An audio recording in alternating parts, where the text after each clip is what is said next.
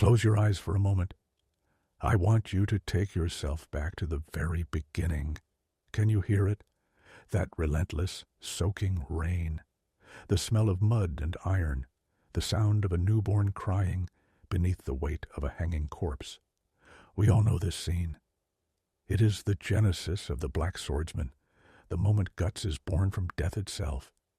In the canon we know and worship, a mercenary named Gambino walks by, and through a twist of fate, or perhaps a lack thereof, decides to pick up this bad omen. And that decision sets Guts on a path of trauma, betrayal, and a desperate, clawing need for validation that eventually leads him to Griffith. But hold on. Stay with me here, because I want to pull a loose thread in the tapestry of causality. I want to ask a question that changes the entire texture of the Berserk universe. What if Gambino didn't stop? What if the mercenaries marched on, leaving the child to the mud? And what if, instead of a man driven by greed and bitterness, something else found him, something ancient, something hollow? Imagine the rhythmic clack, clack, clack of skeletal hooves breaking the silence of the storm. The mist thickens, unnatural and cold, swirling around the base of the hanging tree. Emerging from the fog isn't a mercenary band, but a solitary figure on a phantom horse, the Skull Knight. King Geyserich, the enemy of the Inhumans. Now pause. Let that sink in. Why would the Skull Knight, a being who exists outside the normal flow of time, a being obsessed with the destruction of the God Hand, stop for a human infant? This is where we have to get analytical. We know from Miura's genius writing that the Skull Knight acts when he senses a ripple in causality. He saved Guts and Casca at the eclipse. He saved Luca at the Tower of Conviction. He is always there at the junction points. So, let's hypothesize that on this night, he senses the sheer, impossible weight of this child's destiny. He looks down at this infant, born from a corpse, a being that technically died before it lived, existing in the interstice between life and death, and he recognizes a kindred spirit. He doesn't see a baby. He sees a weapon. He sees a fellow struggler. So, the gauntlet comes down, not the rough, fleshy hand of Gambino, but cold, terrifying steel. He scoops the child up, and just like that, the timeline shatters. Welcome to a world where Guts is raised not by the trauma of a mercenary camp, but by the silence of the interstice. This is the first massive psychological shift we have to unpack. Think about Guts's canon childhood. It was defined by the physical, the weight of the sword, the smell of blood, the heat of the campfire, the abusive touch of Gambino, the horrific violation by Donovan. It was a life of visceral, sweaty, bloody humanity in its worst forms. But here, in the care of the Skull Knight, there is no heat, there is no sweat, there is no abuse, but there is also no love. There is only the mission. Guts grows up in a world of gray mist, moving between the layers of reality. He doesn't learn to speak by bantering with rough soldiers. He learns the silence of the dead. He doesn't seek a father's approval because his father is a hollow suit of armor who speaks in riddles about karma and causality. Imagine a 6-year-old Guts in this timeline. He isn't swinging a sword too big for him to impress a drunk dad. He is swinging a sword to survive the restless spirits that are drawn to his brand. Oh yes, in this version, the proximity to the Skull Knight might make him a beacon for the astral world much earlier. He learns to sleep with one eye open, not because of Donovan, but because of wraiths. This fundamentally changes his relationship with fear. Canon Guts learned to fear people, their betrayal, their lies. This Guts, he has no concept of human treachery. He only understands the binary of existence versus oblivion. He becomes a purer creature, less angry, but infinitely more alien. He is a boy who has never felt the warmth of a woman's hand, never heard a joke, never tasted wine. He is a monk of violence. Let's dig deeper into the combat training, because this is where the fanboy in me starts screaming with excitement.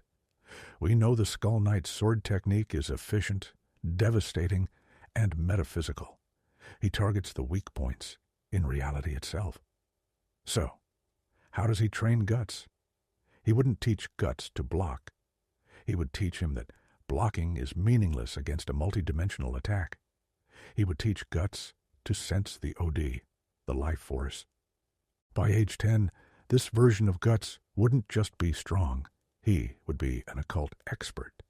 In the canon, Guts is constantly surprised by demons early on. What is this monster? He asks. In this timeline, Guts would look at a lower-level apostle and say, "Your astral form is unstable." He would be a technician of slaughter. But here is the tragedy, and Miura always grounds us in tragedy. What is the price of this power? In the canon, Guts' humanity is preserved by the few moments of light he had, Shisu's smile, the camaraderie of the Hawks. Here, he has none of that. He is becoming a Skull Knight Jr. He is losing his connection to the very species he is fighting for. He is a human who has never been hugged. Think about the physiological effect of that. Psychology tells us that touch is essential for development. Without it, we become detached, dissociative. Guts would be a ghost in a shell of flesh. He would look at a village of happy people and not feel envy, but confusion. Why do they cling to this illusion? He might ask, echoing his skeletal father. This creates a fascinating tension. The ultimate defender of humanity who doesn't understand what it means to be human. Now, let's fast forward. The timeline moves. Guts is 15. In the canon, this is when he leaves Gambino, or kills him, and eventually meets the Band of the Hawk. But in our timeline, Guts isn't wandering aimlessly. He has a purpose. The Skull Knight has been preparing him for the eclipse, or at least preparing him to hunt the apostles. They travel the foggy roads, a grim duo. And this is where we get the first major recontextualization of a classic scene. Let's talk about the encounter with Zod, the immortal Zod. In the canon, Guts and Griffith fight Zod, and they are terrified. They are children fighting a god. But in this timeline, imagine Guts, 15 years old, standing in that castle. He doesn't have the Band of the Hawk behind him. He is alone. Or perhaps the Skull Knight is watching from the shadows, testing him. Zod transforms, expecting the usual terrified mortal. But this Guts doesn't flinch. He doesn't scream. He drops into a stance that mimics the Skull Knight's. He draws a sword that has been bathed in the blood of spirits. And when Zod swings, Guts doesn't just dodge. He cuts through the pressure. Zod stops. The beast pauses. He sniffs the air. "You," Zod would rumble, his eyes widening. "You smell of him." Can you imagine the chills? Zod realizing that his old rival, the Skull Knight, has trained a human heir? The fight wouldn't be a massacre. It would be a test. Zod would laugh, a deep, booming sound. "Good, very good. The King of Graves has a whelp." This validates Guts, in a way Gambino never did. But it's a dark validation. It confirms he belongs to the monsters, not the men. And this leads us to the inevitable intersection. Griffith. We cannot have Berserk without the hawk and the dog. But the dynamic is completely flipped. In the canon, Griffith wanted Guts because Guts was a mad dog he could tame, a spark of raw life that Griffith craved. But if they meet in this timeline, Guts is not a mad dog. He is a cold blade. Let's say the Skull Knight sends Guts to observe the Band of the Hawk. "Watch him," the knight might say, pointing a skeletal finger at the rising White Hawk. The flow of causality bends around him. So Guts watches. He stands on a hill, wrapped in a cloak that smells of the grave, watching Griffith charm the court, watching him win battles. Griffith, with his preternatural perception, would spot Guts. He would ride out to meet him. In the canon, they dueled for ownership. If I win, you belong to me. But here, Griffith draws his saber, confident. Guts draws his greatsword. But there is no passion in Guts' eyes. There is only the calculation of a hunter looking at prey. Guts wouldn't want to join Griffith. He would be assessing if Griffith is an apostle. When their swords clash, Griffith would feel something he never felt with canon Guts, a void. He wouldn't feel a man struggle. He would feel the abyss staring back. And for the first time, Griffith might feel true fear. Not the fear of losing, but the fear of being seen for what he truly is. This changes the seduction. Griffith can't charm this Guts. He can't offer him a dream, because Guts doesn't dream. Guts only knows the nightmare. So Griffith becomes obsessed not with possessing Guts as a friend, but with solving him as a riddle. "Why are you so empty?" Griffith might ask, and Guts would reply with something devastatingly simple, something the Skull Knight taught him. "Because dreams are the kindling for the bonfire." Oh man, I'm getting goosebumps just saying that. It recontextualizes their entire relationship from a tragic romance of friendship to a philosophical war between ambition, Griffith, and nihilism, Guts. But we have to remember the emotional cost. We need a moment where the lack of humanity hurts. Let's bring Casca into this. Poor, fierce Casca. In the canon, she hated Guts because he was reckless and threatened Griffith's dream, but she eventually loved him for his warmth and shared trauma. If she meets this Guts, she would be terrified of him. She would look at him and see a dead man walking. There's a scene I'm picturing, the campfire. The Hawks are celebrating a victory. Guts is sitting on the periphery, eating dry rations, silent. Casca approaches him, angry at his aloofness. "Why don't you join us?" she yells. "Do you think you're better than us?" And Guts looks up. His eyes aren't angry. They are just old. "I'm not better," he says. "I was just waiting." "Waiting for what?" she asks. "For the fire to go out." It breaks her heart, even if she doesn't understand why. It highlights that Guts has been robbed of the golden age. He is safe from the heartbreak of the eclipse, yes, but he is also denied the joy that made the eclipse matter. He is a creature of survival, surviving a life he hasn't actually lived. This is the cruelty of our what if. By saving him from Gambino, the Skull Knight might have damned him to a life without color. And as we close this first chapter, we have to look at the board. The pieces are set. You have a Guts, who is a lethally efficient spirit hunter, emotionally stunted, raised by a wraith. You have a Griffith, who is intrigued and unsettled by this dark mirror. You have a causality that is straining under the weight of a variable it didn't account for. The Skull Knight believes he is forging a sword to kill void. But we, the explorers of the dark, know something he doesn't. We know that a sword without a heart is brittle. We know that it was Guts' humanity, his rage, his love, his pathetic, beautiful struggle that allowed him to survive the eclipse. If you strip that away, can he still defy the God Hand? Or have we just created a perfect, emotionless sacrifice? Think about that. The Skull Knight might be trying to create a savior, but he might be creating the very thing that dooms them all, because without the capacity to love, Guts has no reason to struggle against the darkness. He is already part of it. And that, my friends, is where the true horror begins. We are just getting started.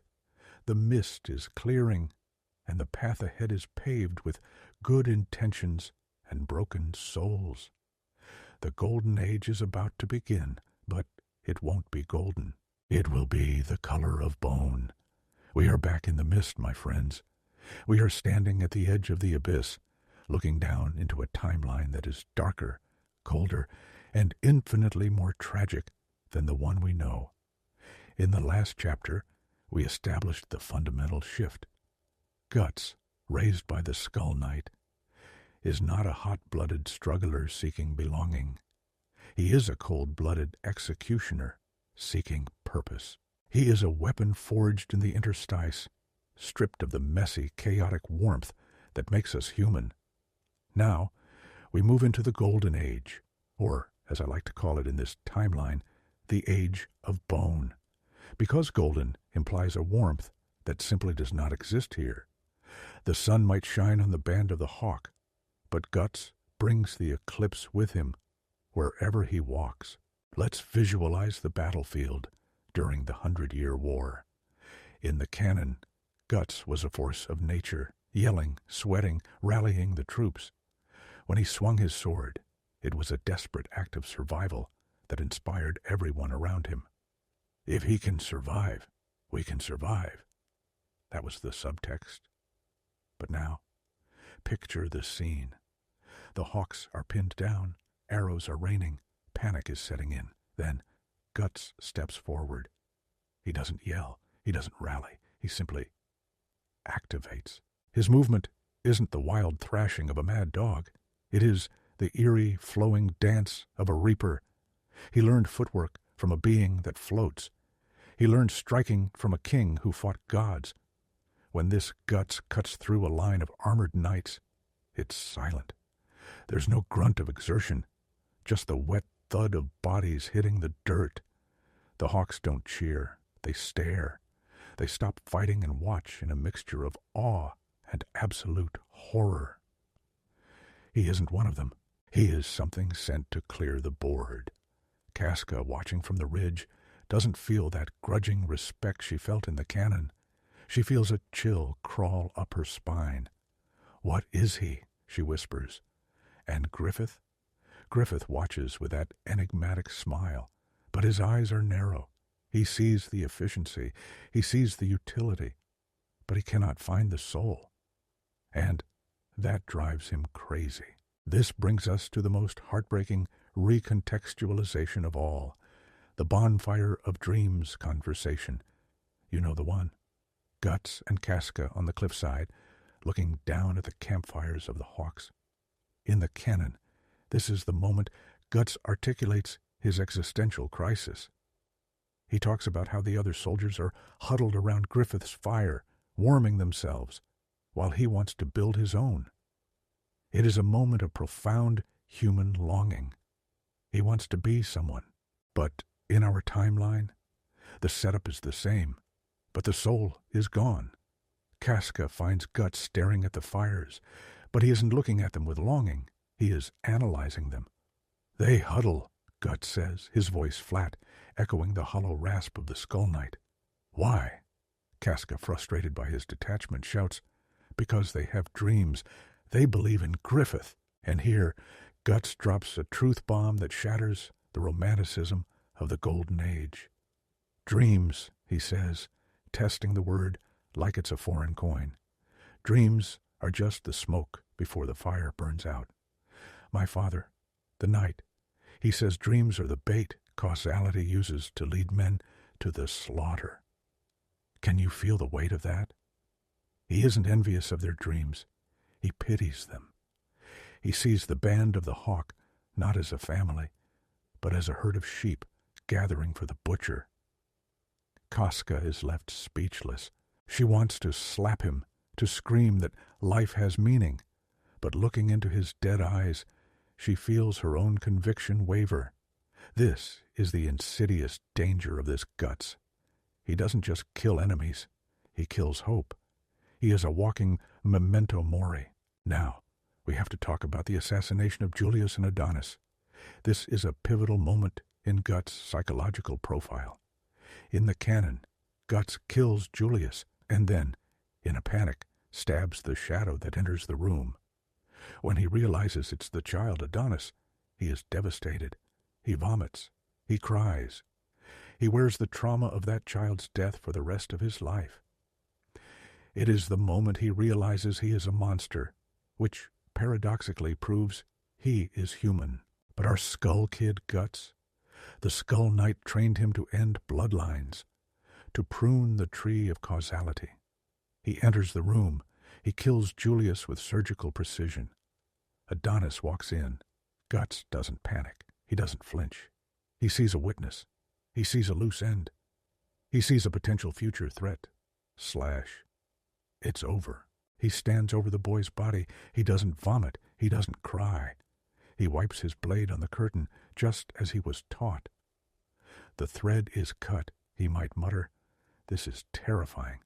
But here is the nuance. Miura never writes simple monsters. As Guts looks at the dead boy, he feels a dull ache in his chest. Not guilt exactly, but a malfunction. A friction in his soul. He touches his chest, confused. Why does the breath catch? He asks the silence. He doesn't have the emotional vocabulary to understand he is feeling remorse. He thinks he is sick or under spiritual attack. He reports back to Griffith, not as a shaken man needing comfort, but as a soldier reporting a completed task. The target is removed. The witness is removed. Griffith looks at Guts, expecting to see the cracks, expecting to see the guilt that he can manipulate. But he sees nothing, and for the first time, Griffith feels a flicker of revulsion. He realizes he has unleashed something he cannot control. He wanted a wolf, but he hired a plague. This dynamic fundamentally alters the famous fountain scene where Griffith talks about a true friend. In the canon, Guts overhears Griffith saying, "A friend is his equal, someone with his own dream." This triggers Guts to leave. In this timeline, Guts hears it, but the words bounce off him. Equal, Guts thinks. I am not your equal, Hawk. I am the shadow that eats the light. He doesn't leave the band because he feels inferior. He stays because he is waiting. The Skull Knight has given him a mission. Watch the hawk. When the Crimson Beherit cries, you must be the sword. So, Guts stays. He lingers like a bad omen. He becomes the silent guardian of the band, but also its grim reaper. Let's deepen the Zod connection because that is the juice we all crave. We are at the Battle of Doldry, the Purple Rhino Knights, Boscon. In the canon, Guts' sword breaks, and Zod throws him a new one. A moment of warrior respect. In our timeline, Zod is watching from the hill, arms crossed. He sees Guts fighting Boscon, but Guts isn't struggling. Guts is using the sword of actuation style, striking at the metaphysical gaps in Boscon's defense. It's too easy. Zod is bored. He doesn't throw a sword, he throws a taunt. He jumps into the fray, not to help, but to test. The battle stops. It becomes a three-way dance. Guts versus Boscon versus Zod. Guts looks at Zod and nods. Acknowledgement between predators. You are interfering with the flow, Guts says. Zod laughs. The flow is boring. Show me the king's technique. Guts decapitates Boscon not with desperate strength, but with a technique that looks like the sword phased through the armor. The Skull Knight's training on display. Zod howls in delight and departs, leaving a cryptic message. The eclipse approaches, little skull. Make sure your blade is sharp enough to cut God. The soldiers hear this. Eclipse? God? They are confused, but Griffith hears it, and the word God lights a fire in his ambition that burns hotter than ever. He looks at Guts and realizes that Guts has access to a world of power that Griffith, a mere human general, does not. This sparks envy, not the envy of a friend leaving, but the envy of power. Why does this hollow shell know the secrets of the world, while I must claw for every scrap? Griffith wonders. The seed of the fall is planted not in heartbreak, but in professional jealousy and cosmic inadequacy. And what of the romance? The romance between Guts and Casca is the beating heart of the Golden Age. Can it exist here? If Guts is a stone, can he bleed? I argue that this makes the romance even more tragic. Casca is broken. She's looking for strength, for someone who understands pain. She tries to connect with Guts. She tends to his wounds after a battle. "You don't have to be alone," she says, touching his scar-riddled arm. Guts looks at her hand. He remembers the Skull Knight saying, "Attachments are chains." But the body remembers what the mind forgets. Guts leans into her touch just for a millimeter, a micro-reaction. "It is warm," he says, sounding surprised. This is the crack in the armor. This is where Miura would twist the knife. Guts starts to feel something, not a burning passion, but a thawing, a terrifying, painful thawing. He starts to realize that the mission is cold and Casca is warm. He starts to linger near her, protecting her with a ferocity that goes beyond duty. He doesn't know it's love. He thinks it's a tactical imperative. She is vital to the Hawk's survival, he rationalizes. But we know better. We see the tragedy coming. He is learning to love just in time to lose everything. It's like watching a child learn to walk on the edge of a cliff. Now, the arrest. Griffith makes his mistake with Princess Charlotte. He is captured, tortured. The band is hunted. In the canon, Guts returns to save them. In this timeline, Guts never left. So, why did Griffith fall? Because Guts rejected him. Not by leaving, but by seeing through him. Imagine a scene. Griffith, drunk on victory, asks Guts, "What do you think of my kingdom?" And Guts replies, "It is a beautiful tomb." That sentence breaks Griffith. It invalidates his entire existence. Griffith sleeps with Charlotte, not to cope with Guts leaving, but to prove he is alive, to prove he can create something that isn't death. He spirals because Guts' nihilism is infectious. When the band is on the run, Guts takes command. But it's not the charismatic leadership of Canon Guts. It's the efficiency of a machine. "Leave the wounded," Guts orders. "They slow us down." Casca screams at him, "We can't leave them." Guts looks at her, confused. "If we carry them, we all die. The math is simple." Casca slaps him. And there it is, the collision of humanity and causality. Guts takes the slap. He stands there, cheek stinging, and he changes his mind, not because he understands, but because she wants it. "Fine," he says, "we carry them, but you carry the weight of their deaths if we fail." The rescue mission to the Tower of Rebirth is a bloodbath. Guts tears through the torturers like they are wet paper. When they find Griffith, oh God, the mutilated, broken Griffith. In the canon, Griffith looks at Guts with a mix of hatred and relief. Here, Griffith looks at Guts and sees the Skull Knight's prophecy fulfilled. He sees the angel of death coming to collect him. Guts picks up Griffith. There is no tenderness. He carries him like a broken artifact. "The dream is over," Guts says softly. "It's not meant to be cruel. It's a statement of fact." But to Griffith, it is the ultimate judgment. As they flee in the wagon, the tension is unbearable. Griffith is mute, broken. Guts sits at the back, sword drawn, watching the sky. He can feel it. The odd is shifting. The spirits are gathering. The Skull Knight appears in the distance, watching from a hill. He doesn't intervene. He's waiting to see if his student can survive the final exam.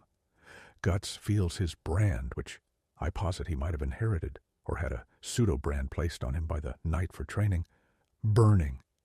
He looks at Casca. He looks at the band. And for the first time in his life, he feels fear. not for himself. He knows he can survive. He fears for the warm thing. He fears for Casca. Casca, Guts says, his voice straining. Leave. She looks at him, startled. What? Take the others. Go. The interstice is opening. She refuses. I won't leave Griffith.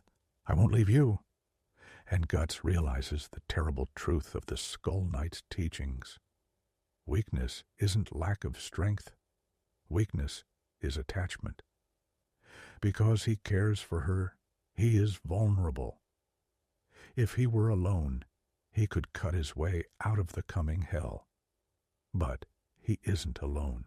He has anchored himself to these fragile, fleshy creatures.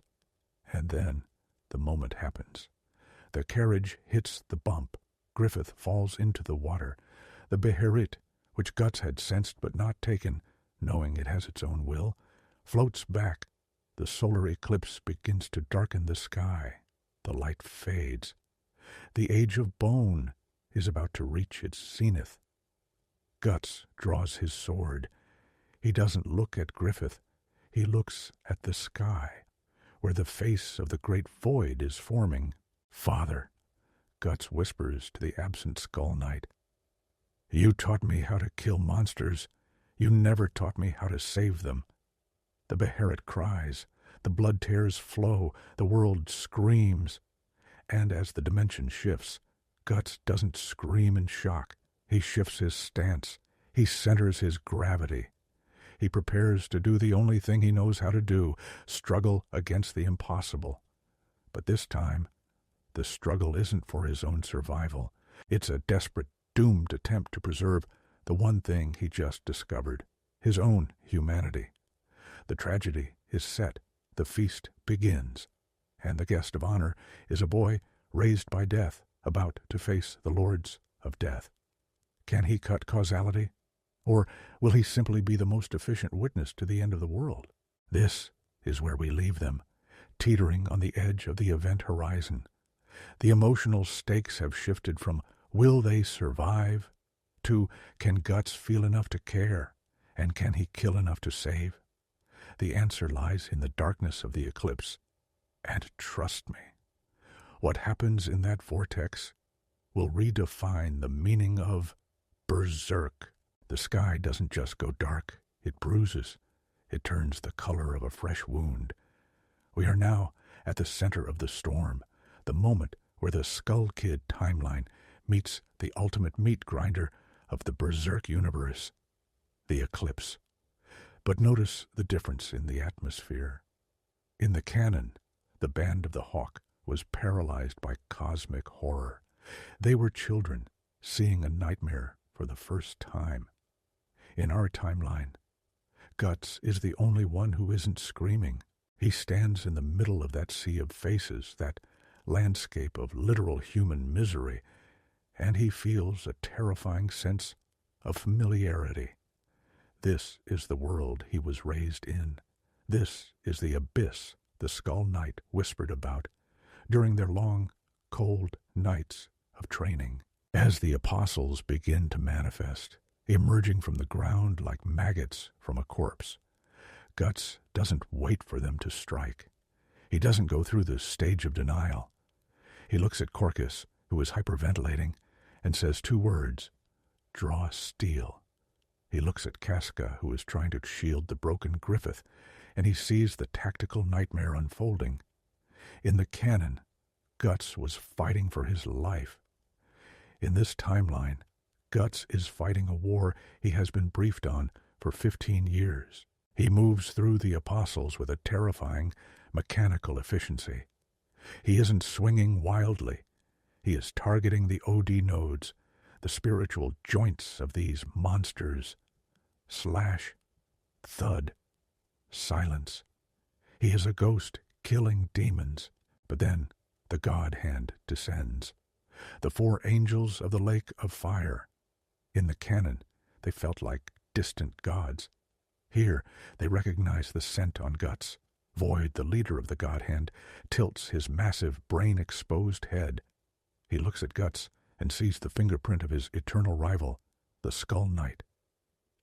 The King's shadow, Void's voice echoes, sounding like 1,000 dead leaves.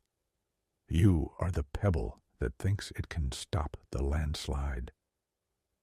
This is the first time Guts has ever felt small. All his training, all those years of cold discipline, feel like a toothpick against a hurricane. And this is where the psychological breakdown begins. Guts realizes that the Skull Knight didn't raise him to win. The Knight raised him to disturb. He is a sacrificial pawn designed to create a single opening. And then comes the choice, the core of Griffith's transformation into Femto. In the canon, Griffith sacrifices the band because they are the only things he has left to trade for his dream. But in this timeline, the relationship between Griffith and Guts is different. Griffith doesn't feel love for Guts. He feels a deep existential spite. He looks at Guts standing there, the perfect warrior who doesn't need anyone, and Griffith wants to break that perfection. "I sacrifice," Griffith whispers. The brand of sacrifice appears on everyone. It sears into Guts's neck. In the canon, Guts screamed in agony. Here, Guts just grinds his teeth until they crack. He recognizes the brand. It's the signature of the enemy. The massacre begins. It's not a battle. It's an industrial slaughter. Pippin falls. Judeau falls. In the canon, Guts was fueled by a desperate, explosive rage. Here, Guts is fueled by a cold, calculating fury. He realizes he can't save everyone. The math he told Casca earlier, the cold math of survival, comes back to haunt him. He has to choose. He sees Casca being surrounded. He sees Griffith, now Femto, emerging from the shell of the eclipse. In the canon, the violation of Casca was the ultimate tool to break Guts' spirit. Here, it's even more calculated. Femto wants to see if this hollow man can feel. He wants to see if the Skull Knight's masterpiece has a heart to be stepped on. As Femto descends toward Casca, Guts does something he was never trained to do. He breaks his stance. He abandons his technique. He forgets the sword of actuation style. He becomes a man. He charges, screaming a name for the first time in his life. Casca! It's a raw, jagged sound. It's the sound of a stone cracking. He is pinned down by apostles, his arm caught in the jaws of a beast. He doesn't have a cannon arm yet. He just has his teeth and his remaining strength. He watches the horror unfold, and the interstice he was raised in suddenly feels like a lie. The Skull Knight told him the world was a machine of causality, but as Guts watches Casca's mind shatter, he realizes the world isn't a machine. It's a torture chamber, and he hates the warden. This is the moment of the great revelation. The Skull Knight bursts into the eclipse on his phantom steed, cutting through the dimensions. He comes to rescue Guts, just as he did in the canon. But when he reaches down to grab Guts, Guts doesn't look at him with gratitude. Guts looks at his father with pure, unadulterated loathing. "You knew," Guts hisses, blood streaming from his eyes. "You knew this was the price." The Skull Knight remains silent. His glowing eyes reflect the carnage. He scoops up the broken Guts and the catatonic Casca and leaps out of the hellscape. They land on the hill outside the eclipse. The sun is rising, but it feels mocking. Rickard is there, the only survivor who wasn't branded. Guts is a mess. His arm is gone, his eye is gone, and his soul is a blackened husk. But unlike the canon, where Guts spent days in a coma, this Guts stands up immediately. He is a creature of discipline. He ignores the pain, because pain is just data. He walks over to the Skull Knight, who is standing like a monument against the dawn. "Why?" Guts asks. No riddles, no philosophy, just the raw question of a son to a father. The Skull Knight looks at him. "To survive the storm, one must become the storm," the knight replies. You are now a guest in the interstice. You are the brand that walks. You are the only weapon that can reach them. And here is the shift. Guts realizes he was never a son. He was a long-term investment. He was a project. The Skull Knight didn't save him from the mud to give him a life. He saved him to create a countermeasure. This realization does something to Guts' psyche that is different from the canon. Canon Guts went on a Black Swordsman rampage out of pure, directionless trauma and rage. This Guts goes on a rampage out of intent. He doesn't just want to kill apostles. He wants to dismantle the system of causality itself. He realizes that both the God Hand and the Skull Knight are two sides of the same cosmic game, and he is tired of being the piece moved across the board. He takes the Dragonslayer from Godot, but he doesn't just see it as a sword. He sees it as a lever to pry the world apart. Think about the relationship with Casca now. She is broken, regressed to a childlike state. In the canon, Guts struggled to care for her because he was consumed by his own beast of darkness. In this timeline, the beast of darkness isn't a wolf. It's a skeleton. It's the cold, unfeeling logic of the Skull Knight whispering in his ear. Leave her. She is a burden. Pursue the hawk. But Guts, for the first time, rebels against his training. He looks at Casca, and he sees the only part of him that is still alive. He realizes that if he leaves her to hunt Griffith, he is just becoming another Skull Knight, a hollow armor obsessed with a ghost. So he stays. But he stays as a protector who is also a predator. He begins his journey not as a man seeking revenge, but as a man seeking to reclaim his stolen humanity. He starts to talk to Rickert. He starts to learn the names of the people he killed in the war.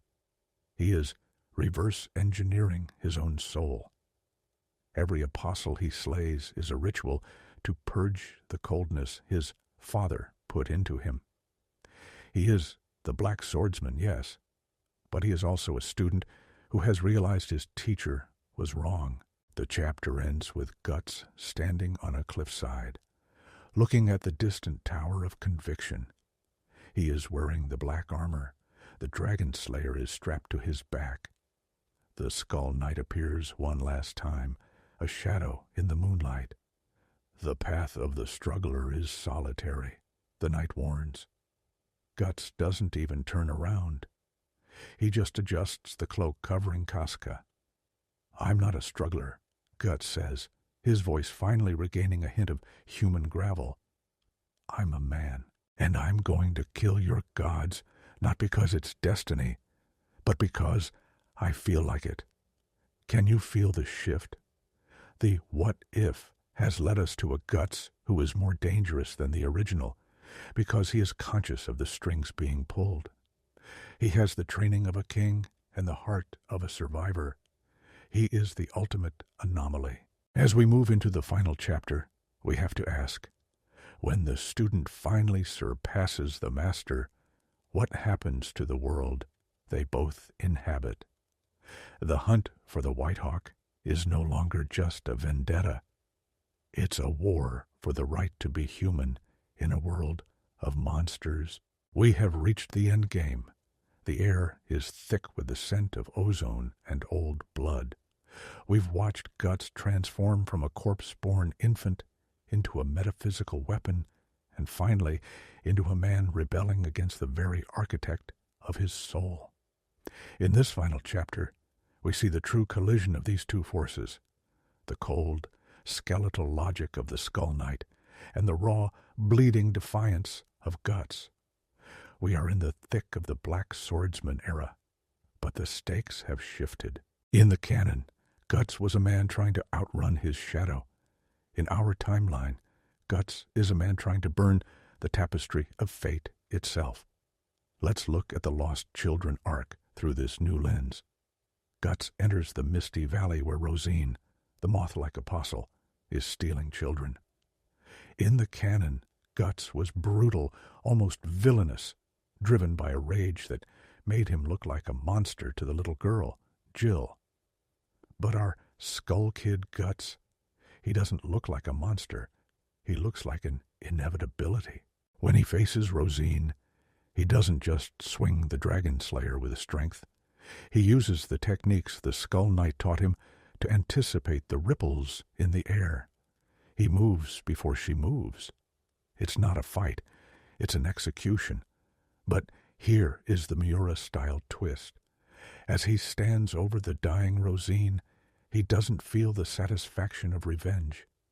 He looks at her broken, human-like face, and he remembers what he told Casca about the fire going out. He realizes that these apostles are just people who were too weak to handle the coldness of the world. The same coldness the Skull Knight tried to forge into him.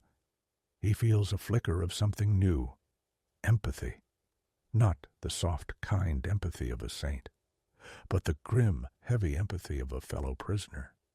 He doesn't just kill her, he releases her. This leads us to the ultimate confrontation, the reunion with Griffith at the Hill of Swords. This is the moment we've been building toward for 4 chapters. Griffith has been reincarnated into a physical body. He is the Falcon of Light, a messiah for a world in chaos. Guts stands in the snow, the Dragonslayer vibrating with the presence of the supernatural. In the canon, this was an emotional explosion. Guts wanted to know if Griffith felt guilt, but in our timeline, Guts already knows the answer. He looks at the beautiful, shimmering Griffith, and he doesn't see a god. He sees a puppet who thinks he's the puppeteer. The Skull Knight appears, as he always does, emerging from the shadows like a memory. He stands between Guts and Griffith. Do not interfere, the knight tells Guts. This is a matter of causality. The hawk must ascend so the cycle can continue. And this is where the what if reaches its boiling point. Guts laughs. It's a dry, rattling sound that would make Gambino shudder. He points his sword not at Griffith, but at the Skull Knight. You spent 20 years making me a sword that could cut through the interstates, Guts says, his voice echoing across the snowy peaks. Did you ever think about what happens when that sword decides it doesn't like the hand holding it? The tension here is electric. Imagine the fan reaction. Guts, the student, challenging Geyserich, the master. It's the ultimate act of rebellion. Guts realizes that the Skull Knight and the God Hand are locked in a dance that has lasted for 1,000 years, and all they've done is pile up corpses. You want to kill Void, Guts shouts, and Griffith wants to be a king, but I'm the one who has to carry the brand. I'm the one who has to watch Casca scream in her sleep. I'm done with your war. Guts swings, not at Griffith, but at the flow itself. He uses the Skull Knight's own secret techniques to strike at the invisible threads of fate that connect the two entities. It's a moment of absolute fury and struggle. The impact sends a shockwave through the astral layer. Griffith, for the first time in his new life, looks genuinely surprised. He realizes that Guts is no longer a variable he can calculate. Guts has become a true anomaly. By combining the Skull Knight's ancient knowledge with his own human suffering, Guts has created a third path, a path that doesn't belong to the dream or the nightmare. But there is a cost. There is always a cost in Berserk. By severing himself from the Knight's guidance, Guts loses his protection. The beast of darkness within him, that manifestation of his trauma, reaches out to claim him.